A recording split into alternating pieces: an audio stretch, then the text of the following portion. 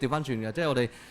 即係唔蒲頭唔出現，唔係因為我哋唔揾你，因為我哋就嚟死啊嘛。通常都係，跟住通常嗰排就係唔係啲同事就個條 team 就突然間 turnover 或者嗰陣嘅 cash flow 問題，跟住我哋就互相問候下，咁我哋就問候咗大家10幾年嘅，其實就係直至到跟住點解你去咗 SIP 嘅？跟住係做啲咩㗎？跟住我就係咁樣去再 reconnect 翻。你而家由 NGO 而家變咗 funder investor 喎咁樣，跟住喂就坐低了解下其實咩叫即係 social investment 啦咁樣。所以其實 trust 咧唔係好刻意可以 build 到嘅一樣嘢嚟嘅，即係你個人係點樣present 到出嚟，人哋信唔信任你，呢個都係一啲好個人好 personal 嘅嘢咯。咁亦都係人夾人啦，有時即係咁啱我哋個 channel 啱嘅，咁有啲可能就未必咁啱 channel 嘅，亦都未必咁容易去 build 到個 trust 嘅。所以我覺得我好中意一個字就 be yourself 咯。做翻你自己最真實嘅自己就已經 OK 咯。咁真係信你嘅人其實都會信你嘅，同埋係相信自己，亦都係做一啲好嘢咯。但我覺得好重要一點咧，就係其實我哋見到咧，其實好多時候響即係社會創新呢個界別裏面咧，其實好多人咧都係好睇重一點咧，就係你 commit 喺同一個即係個 course 上高，即係。調翻轉，我哋見到可能好多時候，即係1-2年之後，你就轉一個即係範疇，即係唔係轉話復康與復康之間嗰個範疇喎。今日你喺 youth 喎，聽日你喺 elderly， 跟住後日你喺 women， 跟住其實呢個我都見到，其實呢啲位置有時我哋即係唔好話分啦，即係我哋 SKER， 其實我哋同佢合作嘅時候，其實佢究竟係即係真係 commit 喺邊個議題？或者今日合作嘅時候，會聽日你已經 turnover 咗，咁所以其實我相信其實向 funder 睇嘅話，會睇呢一樣嘢更加緊要咯。係啊，咁我哋今日有個我哋應該係要講 impact investing 嘅。咁咧其實impact investing 嗰個 spectrum 都好闊嘅。我諗大部分今日出席嘅朋友都係喺呢個右邊啦，就 philanthropy 嗰邊 non-profit 就純 impact 嘅角度，就未必有一啲未必好多 revenue driven 嘅一啲 project。咁但係慢慢咧，其實我哋左邊咧就係 commercial 嘅世界啦，就係純粹淨係睇 profit 嘅啫，就唔會睇 impact 嘅。咁慢慢其實我哋 SIP 就係中間咯，希望 point 到兩邊做一啲既有 impact，亦都可以有 revenue driven sustain 到financially sustainable 嘅嘢。咁所以咧Water 就係點解我哋會 support 佢咧？除咗 trust 之外啦，亦都係咁多年嚟都知道佢哋做緊乜嘢。除咗charity 嘅工作之外呢，其實我知 KL 都有標一啲revenue driven 嘅 stream 嘅喎。你哋係點解會開始做呢樣嘢，或者係點樣諗到呢樣嘢出嚟做嘅呢？其實呢，當我哋去預備緊呢一個嘅議題嘅時候呢，我發覺其實 KL 呢第一個 headcount 即係除咗我之外啦，其實呢第二個 headcount 啦，咁即係咁講，其實呢就已經係一個即係有revenue model 嘅一個做法嚟嘅。我第二個嘅 headcount 嘅時候呢，我哋係 ride on 呢我哋嘅招聘博覽，咁然後呢就去收緊每一間公司呢一個 booth 咁樣去 set up 我哋呢個 business model 嘅。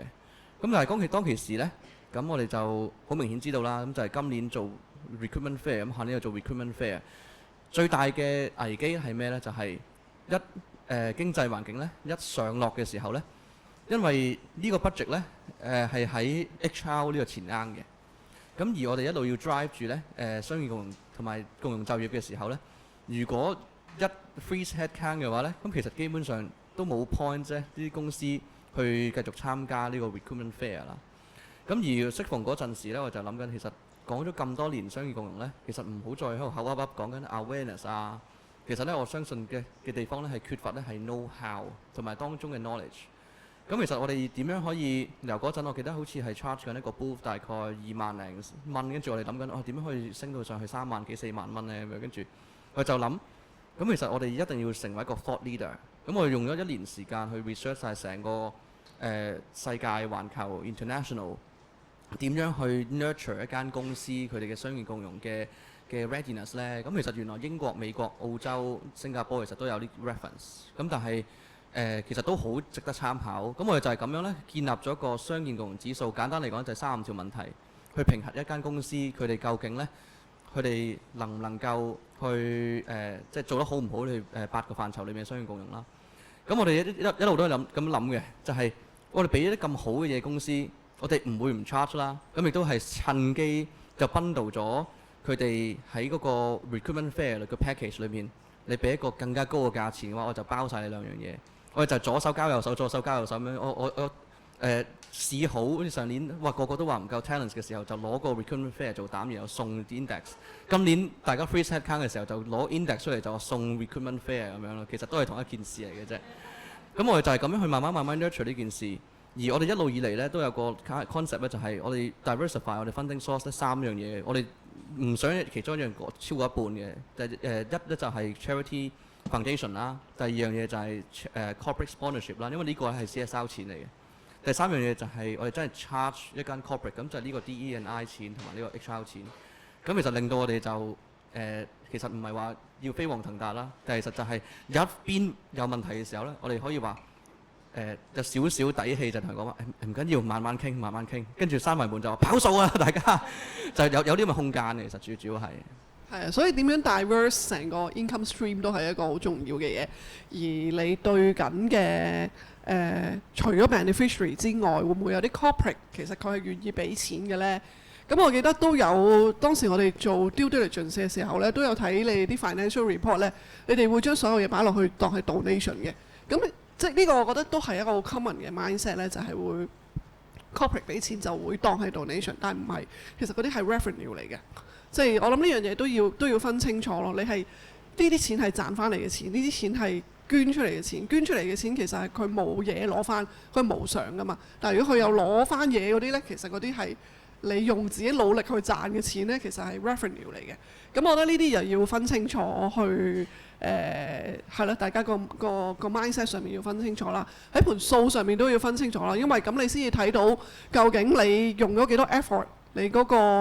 margin 係幾高，你先至計到出嚟，然後將來其實點樣 scale 件事啊，咁樣先至有一個 reference 咯。如果所有嘢都係 donation 咧，其實就會blend 咗落去，就未必睇到嗰個 cost effectiveness 咯。係啦，咁所以我哋好欣賞咧，就係NGO 大家都會好努力去做自己嘅 service， 去攞 foundation 錢又好，攞賽馬會錢又好，咁去做嘅時候其實有啲嘢咧係可以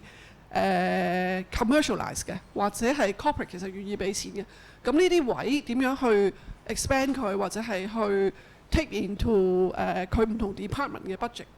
即係呢個就要有啲 skill set， 或者係甚至乎需要即係可能社工都未必有呢個 mindset 嘅。咁要一啲 external 嘅 advisor 啊、board 嘅 buy-in 啊，慢慢去diversify 成個 revenue stream 咯。咁可以補充一點咧，就係其實我都好開心咧。其實可以同 SIP 合作嘅時候咧，其實知道我哋背後咧個 bookkeeping 咧，其實可以再做清晰啲嘅。咁其實咧，我哋本身喺操作上咧，其實係有分開嘅，即係例如係你買一賣俾 training，跟住然後咧我係唔會俾個 donation receipt，嗰啲係扣唔到稅嘅。但係我哋背後咧，我哋喺個 bookkeeping 底下咧，我哋冇分開呢兩個水塘啊。咁然後咧去做翻個 tracking。咁所以我哋即係做完 due diligence 之後咧，我哋確實咧即係將呢兩個數咧係分開咗。咁你等我哋之後咧，其實我哋最難做呢啲嘅 corporate service 咧，係你發覺原來你做一個 consulting business， 但係咧原來你用咗10個鐘頭，但係你收緊5個鐘頭錢。其實呢啲位咧就係我哋上年其實發生好多，而今年我哋 set up 一個嘅因為講翻點解我哋會即係要 seek for 即係 SIP investment 啦，因為其實咧喺我哋成個商業共融指數嘅 model 裏面咧。我由 day one 開始咧，都係同任何人講咧，我哋會 charge 公司嘅。但係咧，我哋冇慢慢咧係諗住 reduce 個charity money， 然後增加我哋個 revenue。但我冇諗過咧，我哋2021年去到2023年之後咧，喺第3年過後咧，咁快已經零咗charity money 啊！所以我哋可以咁講就係我哋而家2024年咧係冇任何嘅 charity money 啦，去 support 緊我哋2024年呢一樣嘢。咁我哋唯有兩個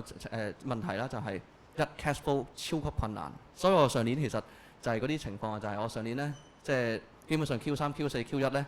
基本上呢，我完全係冇時間呢，即係同任何 NGO 啊去交流，因為日日都救緊火。咁然後呢，就所以因為我哋一個 charities 啦，我哋係 limited by guarantee 嚟㗎嘛，咁所以我哋係冇 equity 嘅，我哋係冇得叫人哋會入股啦咁樣，係冇嘅。咁所以係一個 SIP 裡面嘅一個嘅 support 底下呢，其實係一個 loan。咁然後呢，去 support 我哋。我可以咁講呢，如果唔係呢個 loan 呢，可能呢個 index 呢，其實捱唔到去今年，因為就係有幾個好關鍵嘅 cash flow 嘅 gaps，其實我哋要 bridge 咗佢。咁但係然後先可以等到下一轉嘅 season， 其實啲 corporate 一個 season 咁樣，即係佢哋 budget 都有 period 噶嘛。咁所以其實都先會等到下一次佢哋 corporate 俾錢嘅時候呢，去繼續去做呢件事。咁所以成件事呢，就係咁樣去慢慢去做。咁但係我哋其實我一樣其實係需要繼續 charity money，因為我哋其實成個 business plan 呢，係大概用7-8年時間，慢慢我哋去 complete 我哋嘅 product range 啦，去 support 到 MNC， 亦都 support 到 local business 啦。我哋而家係比較 support 到多啲 MNC， 但係 local business 咧係少啲嘅。咁我哋嚟緊係要做呢件事啦。咁所以我哋係慢慢去繼續去 nurture 緊成個 business 去發展，希望有一日真係可以 break even， 甚至係 profitable 咯。咁你啱啱又講到係 loan 啦，我都想即係可能大家都會好奇怪嚇 charity 點樣攞 loan 啊？點解你唔係俾 grant 㗎？點解你咁冇良心㗎？仲要收我利息咁樣，即係好多呢啲問題嘅。其實點解係俾 loan 呢？還得到先好借嘛。咁所以其實你係證明係你還得到錢，你有能力去 generate 到 revenue， 我哋先會借俾你嘅啫。咁即係證明你有一個賺錢嘅能力咯。咁呢個第一啦，第二就係好多時我哋借俾啲我哋嘅叫 SPO 啦 ，social purpose organisations， 可以係 charity， 可以係社企，可以係 for profit 都得嘅 ，as long as 佢係 mission driven。咁個 loan 嘅用法呢，佢哋通常會有3個做法嘅。第一就係 cash flow， 好似 water 咁樣喺可能啲 funding gap 中間，佢需要 operate， 但係佢唔夠錢去 operate， 或者有啲係 reimbursement 嘅，咁佢要先使嗰嚿錢，咁我哋就俾佢做一個 cash flow。第二呢，就係可能一啲 upfront 嘅 capital， 譬如我要裝修，我要去開一間餐廳，我要裝修咗我賺到錢先可以還到錢嘅，咁呢啲係一啲 upfront 嘅 capital 啦。第三個呢，就係死啦！第三個係咩呢？第三個呢，就係要我唔記得，我真係唔記得咗。唔緊要，我回應下先，等你諗到嘅話再補充。咁所以咧，其實講翻轉頭咧，就係我哋當我哋嗰個我上年其實喺2023年嘅時候咧，其實我哋好灰心嘅嗰陣，因為咧我哋睇住我哋個 index 咧係第一年19間公司啦，第二年係20幾間公司啦，第三年係30幾間公司啦，跟住係即係不斷係 growth 得好快。所以頭先就話其實窿我哋唔怕，因為其實我哋知道個 business 根本係 growth 緊。咁但係咧，其實係真因為冇分定啦，其實窿還窿啊，即係但係咧都真係要還㗎。另外一方面咧就係我哋真係唔夠 charity money 啦，就真係唔夠 charity money。咁所以我哋今年係唔死得，但係我哋係用咗好多嘅 materials 啦，或者係 PowerPoint 啦，整個 PowerPoint deck 出嚟咧係踢走一間大 crop 㗎。因為我哋真係做唔切，同埋我哋唔會突然間 expand 到，因為個窿還窿啦。咁但係我哋唔會突然間因為有個窿，所以我哋會 expand 到即係本身1個2個 headcount， 因為個窿所以去到4個 headcount 唔能夠。咁所以我哋係 bridge 緊呢件事，但係我哋一路都係好 confidence， 我哋係可以係根本個 business 係 sustainable 係上緊，但係因為真係可以講翻咧，就係因為我哋呢個嘅 project 咧係 nurture 緊成個 private sector 佢哋嘅商業共融程度，然後咧係令到係可持續咁樣咧提供一啲共融嘅僱主俾成個嘅 PWD employment 業界啦。但係咧，你講到咁偉大喎 ，Funder 咧係話你可唔可以咧？你另一個 project 咧係 direct beneficiaries 咧會受惠到啊 ，counselling 嗰啲啱啦，嗰啲係嘛？跟住或者嗰啲 mental well-being 咧，而啲 youth 咧好需要喎，咁樣可唔可以嗰啲啊？咁樣但係我哋你同佢 explain 咗一大輪就話，咁我哋 empower 曬啲 youth 咧，但係冇僱主嘅話咧，其實 supply demand 唔平衡嘅喎。咁佢哋有下一步諗住去邊啊？咁樣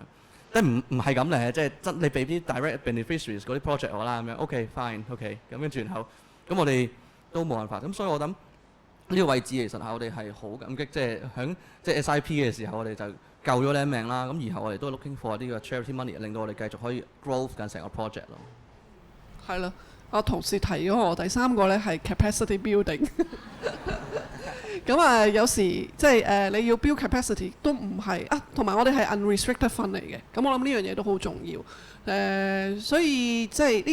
呢幾個作用之餘呢，其實入咗嚟呢，有一啲可能係佢想再 further scale 嘅話呢，咁我哋背後其實都係我哋 funder network，因為我哋都係收 donation，我哋都係 charity 嚟嘅。咁我哋背後啲 funder 就係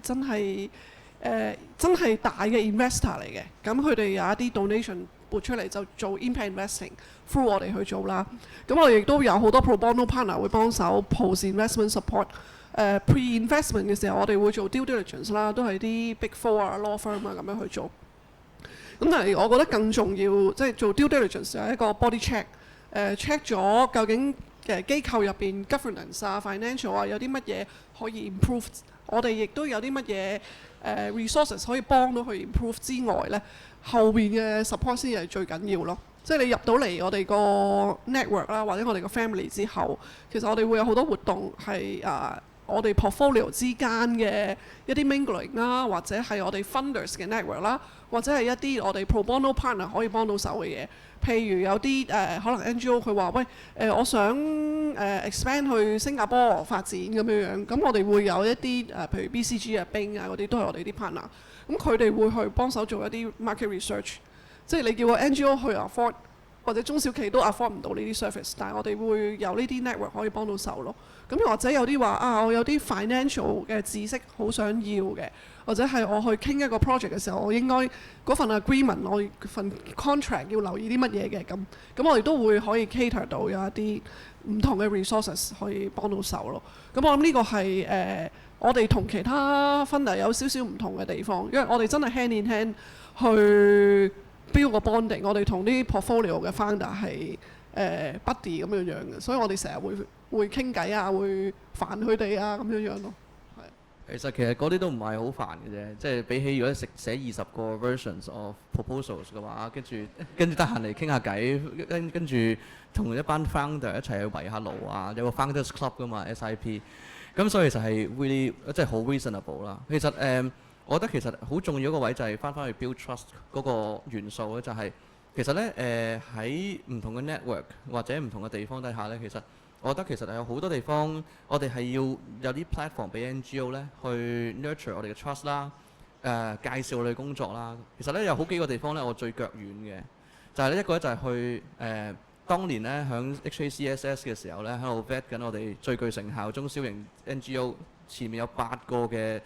family foundation， 即係你諗下你嗰下 screw up 嘅話，你幾大鑊咧？你8間family foundation 喺佢面前，但係